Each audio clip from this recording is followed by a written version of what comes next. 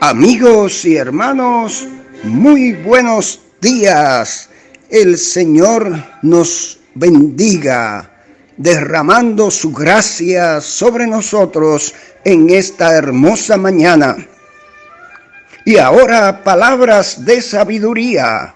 Leamos en Lucas 4:1 al 5. Jesús, lleno del Espíritu Santo, volvió del Jordán y fue llevado por el Espíritu al desierto por 40 días y era tentado por el diablo. Y no comió nada en aquellos días pasados, los cuales tuvo hambre. Entonces el diablo le dijo: si eres hijo de Dios, di a esta piedra que se convierta en pan. Jesús, respondiendo, le dijo: escrito está, no solo de pan vivirá el hombre, sino de toda palabra de Dios. Mis amados amigos y hermanos, reciban nuestra sincera gratitud por estar de nuevo en nuestra sintonía para compartir estos breves minutos de saludable alimento para el alma, rica nutrición para la mente y fresco refrigerio para el espíritu. Seguimos escudriñando las páginas del sagrado libro, la Santa Biblia, porque es la única fuente confiable para encontrar la respuesta adecuada a la gran interrogante: ¿quién es Jesús el Cristo? Además, porque la palabra de Dios nos da sabiduría celestial y nos trae aliento a nuestros corazones. El profeta Jeremías nos dice: fueron halladas tus palabras y yo las comí, y tu palabra me fue por gozo y por alegría de mi corazón, porque tu nombre se invocó sobre mí, oh Jehová, Dios de los ejércitos. En nuestra meditación anterior acerca de la vida y obra de Jesucristo, vimos al Señor humildemente delante de Juan el Bautista, cumpliendo toda justicia.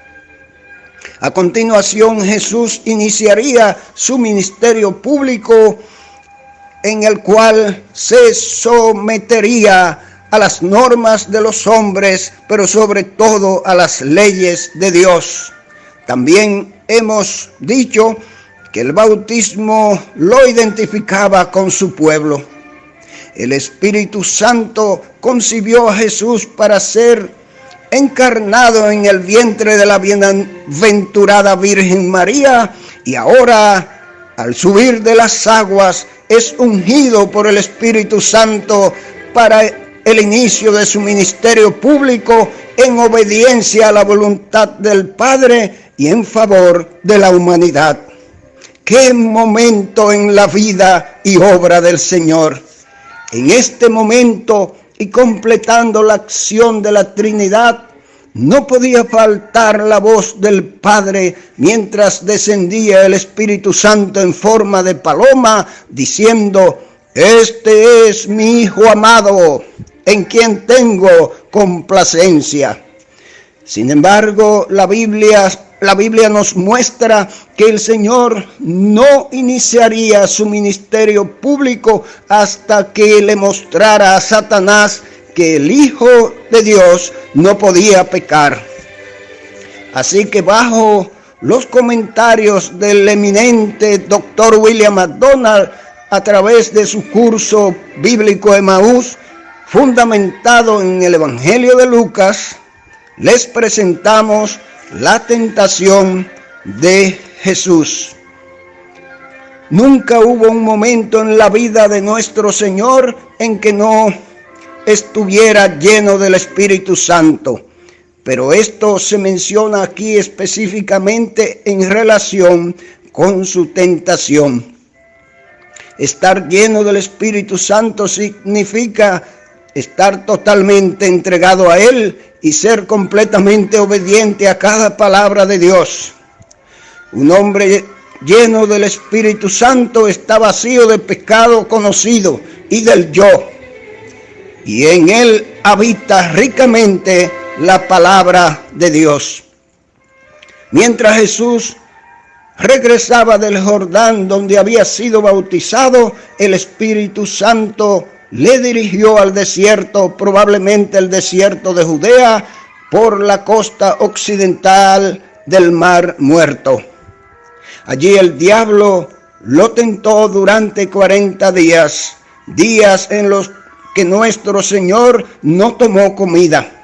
Al final de los 40 días sufrió la triple tentación con la que estamos familiarizados. En realidad, las tentaciones tuvieron lugar en 3 lugares diferentes: el desierto, un monte y el templo en Jerusalén. La verdadera humanidad de Jesús se refleja en estas palabras: tuvo hambre. El blanco de la primera tentación. Satanás sugirió al Señor que debía emplear su poder divino para satisfacer su hambre física. La sutileza residía en que el acto en sí mismo era perfectamente legítimo, pero hubiera sido malo de parte de Jesús hacerlo en obediencia a Satanás. Él debía actuar en conformidad a la voluntad de su Padre. Jesús no discutió, sino que resistió la tentación citando las Escrituras en Deuteronomio. Más importante que la satisfacción del apetito físico es la obediencia a la palabra de Dios. Un solo versículo silencia cuando se usa en el poder del Espíritu Santo.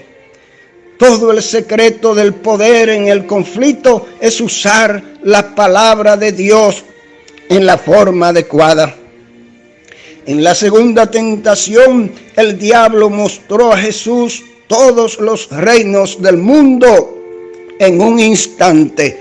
Satanás no necesitaba mucho tiempo para mostrar todo lo que puede ofrecer. Observemos que no fue el mundo mismo lo que ofreció, sino los reinos de este mundo. Hay un sentido en el que tiene autoridad sobre los reinos de este mundo. El pecado del hombre ha hecho de Satanás el príncipe de este mundo, el Dios de este siglo y el príncipe de la potestad del aire. Dios ha dispuesto que los reinos de este mundo vendrán un día a ser los reinos del Señor Jesucristo. El Señor es verdadero Rey. De modo que Satanás estaba ofreciendo a Cristo lo que al final sería suyo de todos modos. Pero no podía haber atajo al trono. La cruz debía venir primero. En los consejos de Dios, el Señor Jesús tenía que sufrir antes de poder ascender a su gloria. No podía ascender al trono hasta que primero hubiera ascendido al altar. No iba a conseguir un fin legítimo con medios inapropiados. Bajo ninguna circunstancia iba él a adorar al diablo, fuese cual fuese el precio. Por ello, el Señor citó Deuteronomio 6:13, mostrando que como hombre él debía adorar y servir solamente a Dios. En la tercera tentación, Satanás llevó a Jesús a un pináculo del templo en Jerusalén, sugiriendo que se echase abajo. ¿Acaso Dios no había prometido en el Salmo 91, 11 y 12 que Él preservaría al Mesías? Quizás Satanás estaba tentando a Jesús a presentarse como el Mesías, llevando a cabo una hazaña sensacional. Malaquías había predicho que el Mesías se presentaría súbitamente en el templo. Aquí pues había una oportunidad para que Jesús obtuviera fama y autoridad como el prometido libertador sin pasar por el Calvario. Por tercera vez Jesús resistió la tentación citando la Biblia. Prohibía poner el capítulo 6 de Deuteronomio, prohibía poner a Dios a prueba. Rechazado por la espada del Espíritu, Satanás dejó a Jesús por un tiempo. Las tentaciones suelen venir en espasmos y no en corrientes. Se deberían mencionar varios extremos adicionales en relación con la tentación del Señor. 1. El orden en Lucas difiere del que encontramos en Mateo. La segunda y la tercera tentación se invierten. La razón de ello no está claro, pero no es tan importante. En los tres casos, lo que se presentaba era completamente bueno en sí, pero el medio era maligno. Es siempre malo obedecer a Satanás, adorarlo o adorar a cualquier otro ser creado por Dios o inventos del diablo. Es malo tentar a Dios. En tercer lugar, la primera tentación tenía que ver con el cuerpo, la segunda con el alma, la tercera con el espíritu. Apelaban respectivamente a los deseos de la carne, a los deseos de los ojos y a la soberbia de la vida.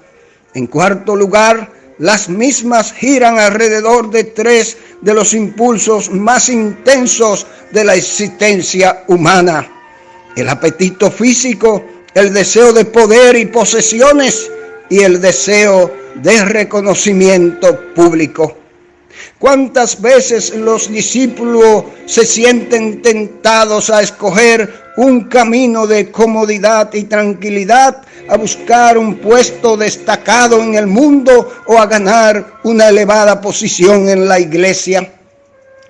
En quinto y último lugar, en todas las tres tentaciones, Satanás usó un lenguaje religioso y así revistió las tentaciones con una vestimenta de aparente respetabilidad a Dios. Incluso citó las Escrituras. El estudio de la narración de la tentación ilumina dos extremos importantes. Por una parte, demuestra que la tentación no es necesariamente pecado. Por otra parte, la narración ilumina el gran dicho de que un discípulo posterior, el apóstol Pablo, en cuanto él mismo padeció siendo tentado, es poderoso para socorrer a los que son tentados. A veces se sugiere que la tentación hubiera carecido de significado si Jesús no era capaz de pecar. El hecho es que Jesús es Dios y que Dios no puede pecar. El Señor Jesús nunca renunció a ninguno de los atributos de la deidad. Su deidad estuvo velada durante su vida en la tierra, pero no fue ni podía ser echada a un lado. Algunos dicen que como Dios no podía pecar, pero que como hombre podía hacerlo. Pero Él sigue siendo Dios y hombre, y es impensable que pueda pecar. El propósito de la tentación no era comprobar si podía pecar, sino demostrar que no podía pecar. Solo un hombre santo sin pecado podía ser nuestro gran Redentor. Mis amados amigos y hermanos, el Señor haga prosperar su palabra en nuestras vidas. Amén.